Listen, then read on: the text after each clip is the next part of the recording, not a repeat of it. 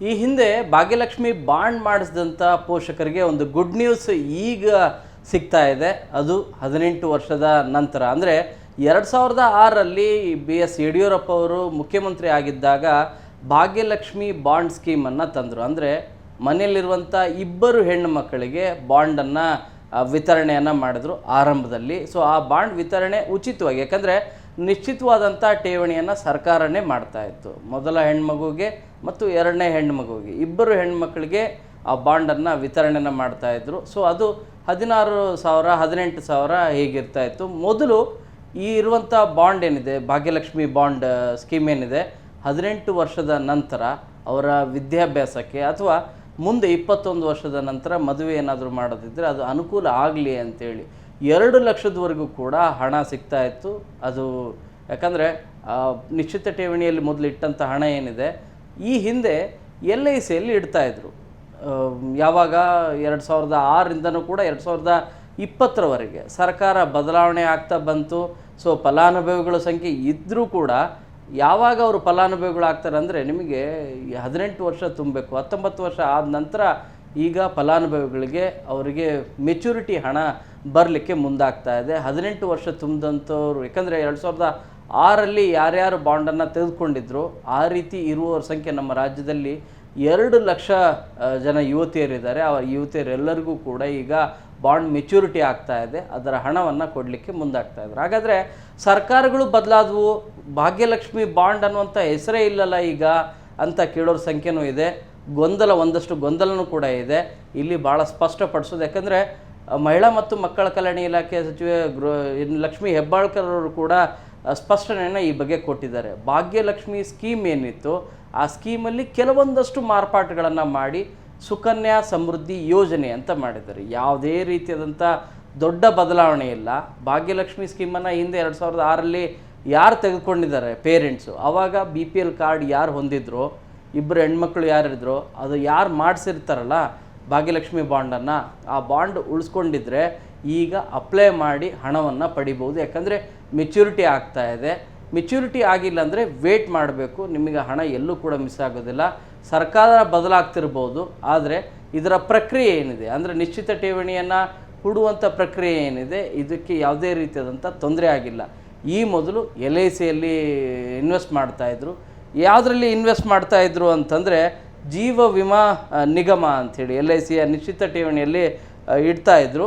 18 ವರ್ಷ ತುಂಬಿದ ನಂತರ LICನೇ ಬಾಂಡನ್ನು ಮೆಚುರಿಟಿ ಹಣವನ್ನು ಕೊಡ್ತಾಯಿದ್ರು. ಬಟ್ ಈಗ 2020ರಿಂದ ಈಗ ಪೋಸ್ಟ್ ಡಿಪಾರ್ಟ್ಮೆಂಟ್ ಜೊತೆಗೆ ಸಂಯೋಜನೆಗೊಂಡಿರೋದು.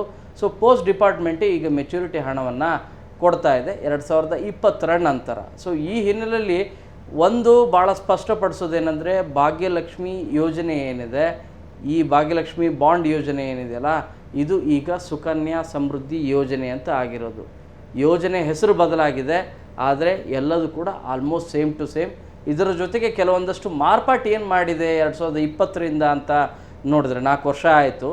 ಮಾರ್ಪಾಟು ಏನು ಮಾಡಿದೆ ಅಂತ ನೋಡ್ತಾ ಹೋದರೆ, ಇಲ್ಲಿ ಪೋಷಕರು ಏನಿದ್ದಾರೆ, ಈಗ ನೀವು ಸರ್ಕಾರ ನಿಶ್ಚಿತ ಠೇವಣಿಯ ಹಣವನ್ನು ಇನ್ವೆಸ್ಟ್ ಮಾಡುತ್ತೆ, ಅಂದರೆ ಅದನ್ನು ದುಡ್ಡನ್ನು ಕೂಡ ಹಾಕುತ್ತೆ.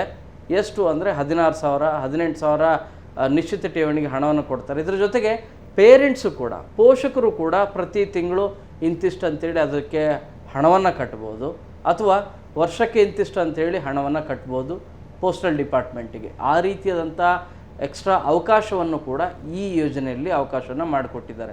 ಸೊ ಈಗ ಹಾಗಾದರೆ ನಾವು 18 ವರ್ಷ ಆಯಿತು, ನಾವು ಹಣವನ್ನು ಬಿಡಿಸ್ಕೊಳ್ಬೋದಾ ಅಂತಂದರೆ, ಈಗ ಹೇಳ್ತಾ ಇರುವಂಥ ಮಾಹಿತಿ ಪ್ರಕಾರ 19 ವರ್ಷ ಯಾವುದಾಗಿರುತ್ತೆ, ಅವರು ವಿದ್ಯಾಭ್ಯಾಸಕ್ಕಾಗಿ ಏನಾದರೂ ಹಣ ಬಿಡಿಸ್ಕೊಳ್ಬೇಕು ಅಂತಿದ್ದರೆ ಖಂಡಿತವೂ ಕೂಡ ಅವ್ರಿಗೆ ಮೆಚುರಿಟಿ ಹಣವನ್ನು ಕೊಡ್ತಾರೆ.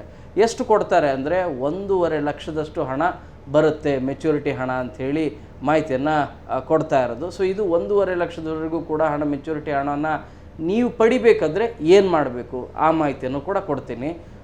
ಇನ್ನು 21 ವರ್ಷದವರೆಗೂ ಕೂಡ ವೇಟ್ ಮಾಡಬೇಕಾಗತ್ತೆ. ಇಲ್ಲ ನಮಗೀಗ ಸದ್ಯಕ್ಕೆ ಬೇಡ, 21 ವರ್ಷ ಆದಮೇಲೆ ನಾವು, ನಮ್ಮ ಮಗಳು 21 ವರ್ಷ ಆದಮೇಲೆ ನಾವು ಹಣವನ್ನು ಬಿಡಿಸ್ಕೋತೀವಿ ಅನ್ನೋದಾದರೆ 21 ವರ್ಷಕ್ಕೆ ಎಷ್ಟು ಹಣ ಬರುತ್ತೆ ಅಂದರೆ ಆಲ್ಮೋಸ್ಟ್ ನಿಯರ್ 1,80,000 1,90,000ವರೆಗೂ ಕೂಡ ಬರುತ್ತೆ.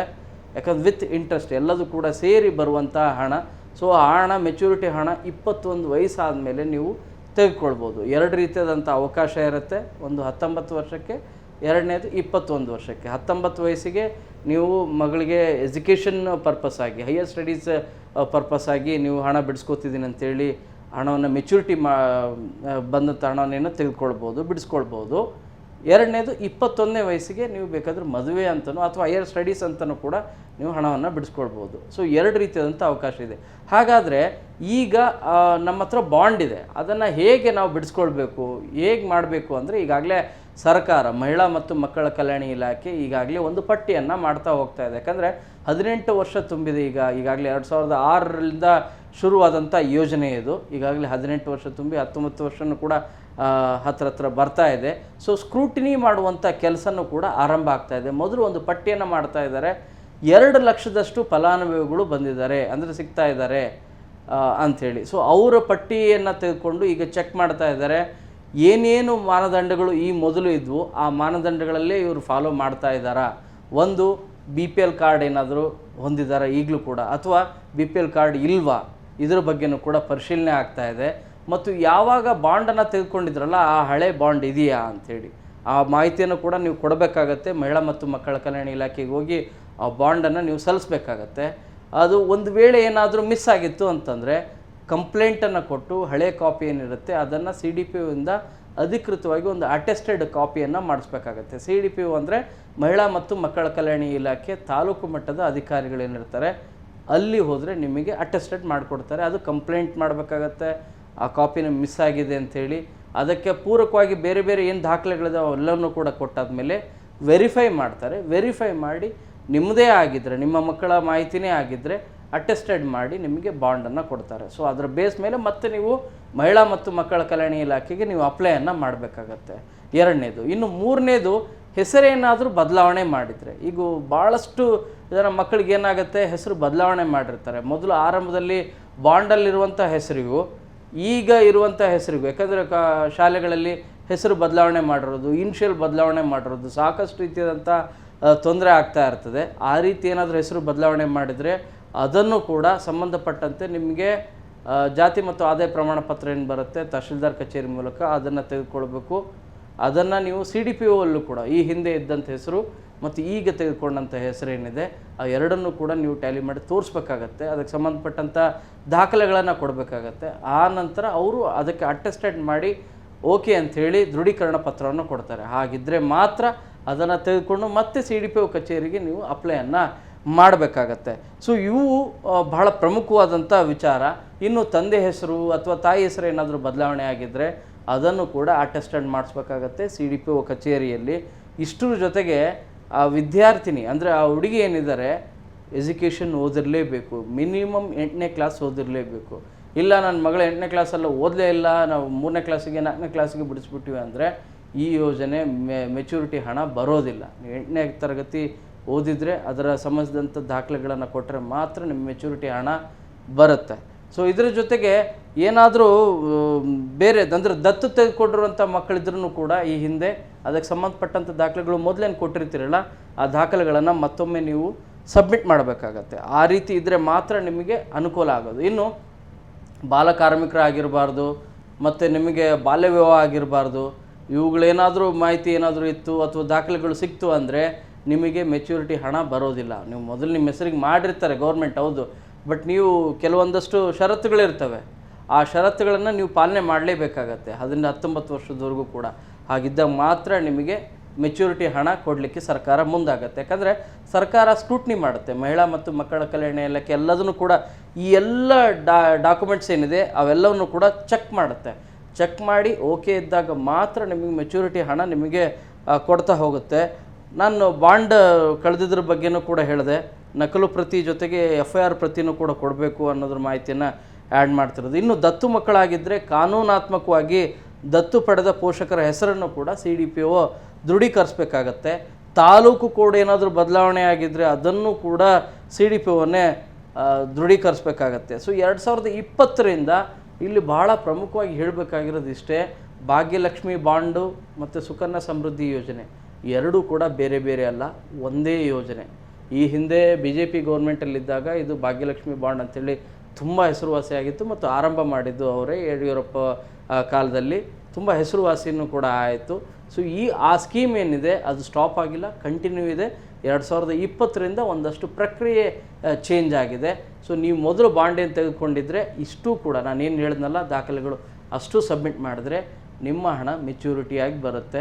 ಸೊ 19 ವಯಸ್ಸಿಗೆ ತೊಗೊಂಬಿಡೋಣಪ್ಪ ನಾವು ಅಂಥೇಳಿ ಅವಸರ ಮಾಡೋಕ್ಕೆ ಹೋಗಬೇಡಿ. ನಿಮಗೆ ನಿಜವಾಗ್ಲೂ ಕೂಡ ನೀಡಿದರೆ ಎಲ್ಲ ಡಾಕ್ಯುಮೆಂಟ್ಸ್ ನಿಮ್ಮ ಹತ್ರ ಇದ್ದರೆ ಖಂಡಿತ ಕೊಡಿ. ಯಾಕೆಂದರೆ ನಿಮಗೆ ಸರ್ಕಾರ ಬದಲಾಗ್ಬೋದು, ಆದರೆ ಈ ಹಣ ಏನಿದೆ ನಿಮಗೆ ಬಂದೇ ಬರುತ್ತೆ. 21ನೇ ವಯಸ್ಸಿಗೂ ಕೂಡ ನೀವು ಬಿಡಿಸ್ಕೋಬೋದು. ಆ ರೀತಿಯಾದಂಥ ಅವಕಾಶ ಇದೆ. ಇದಕ್ಕೆ ಸಂಬಂಧಿಸಿದಂತೆ ಏನಾದರೂ ಹೆಚ್ಚಿನ ಮಾಹಿತಿಗಳಿದ್ದರೆ ಖಂಡಿತವಾಗಿ ಕೂಡ ಕಾಮೆಂಟಲ್ಲಿ ನೀವು ಪ್ರಶ್ನೆಗಳನ್ನ ಕೇಳಬಹುದು. ಅವುಗಳಿಗೆ ಉತ್ತರ ಕೊಡುವಂಥ ಕೆಲಸವನ್ನು ಮುಂದಿನ ವಿಡಿಯೋದಲ್ಲಿ ಮಾಡ್ತೀನಿ. ಇದಕ್ಕೆ ಪೂರಕವಾಗಿ ಈ ಹಿಂದೆನೇ ಆರಂಭದಲ್ಲಿ ಒಂದು ವಿಡಿಯೋನ ಮಾಡಿದ್ದೆ, ಹೇಗೆ ಅಪ್ಲೈ ಮಾಡಬೇಕು ಏನಿಲ್ಲ ಅಂಥೇಳಿ. ಇದಕ್ಕೆ ಪೂರಕವಾಗಿ ಕೆಲವೊಂದಷ್ಟು ಗೊಂದಲಗಳು ಸೃಷ್ಟಿಯಾದವು. ಸುಕನ್ಯಾ ಸಮೃದ್ಧಿ ಯೋಜನೆ ಅಂದ್ರೇನು, ಮತ್ತು ಭಾಗ್ಯಲಕ್ಷ್ಮಿ ಬಾಂಡ್ ಅಂದ್ರೇನು ಅಂಥೇಳಿ, LIC ಅಂತಾರೆ, ಪೋಸ್ಟ್ ಆಫೀಸ್ ಅಂತಾರೆ, ಎಷ್ಟು ದುಡ್ಡು ಬರುತ್ತೆ ಗೊತ್ತಿಲ್ಲ ಅಂತಿದ್ದಾರೆ. ಸೊ ಎಲ್ಲ ಪ್ರಶ್ನೆಗಳಿಗೆ ಉತ್ತರವನ್ನು ಈ ವಿಡಿಯೋದಲ್ಲಿ ಕೊಟ್ಟಿದ್ದೀನಿ ಅಂಥೇಳಿ ಭಾವಿಸ್ತೀನಿ. ಮತ್ತು ಏನಾದರೂ ಇದಕ್ಕೆ ಸಂಬಂಧಿಸಿದಂಥ ಪ್ರಶ್ನೆಗಳಿದ್ದರೆ ಖಂಡಿತ ಕೂಡ ಕಾಮೆಂಟಲ್ಲಿ ಪ್ರಶ್ನೆಗಳನ್ನು ಕೇಳಿ ಅದಕ್ಕೆ ಉತ್ತರ ಕೊಡುವಂಥ ಕೆಲಸವನ್ನು ನೆಕ್ಸ್ಟ್ ವಿಡಿಯೋದಲ್ಲಿ ಮಾಡ್ತೀನಿ. ಈ ವಿಡಿಯೋ ನಿಮಗೆ ಉಪಯುಕ್ತ ಆಗಿದೆ ಅಂತ ಹೇಳಿ ಭಾವಿಸ್ತೀನಿ.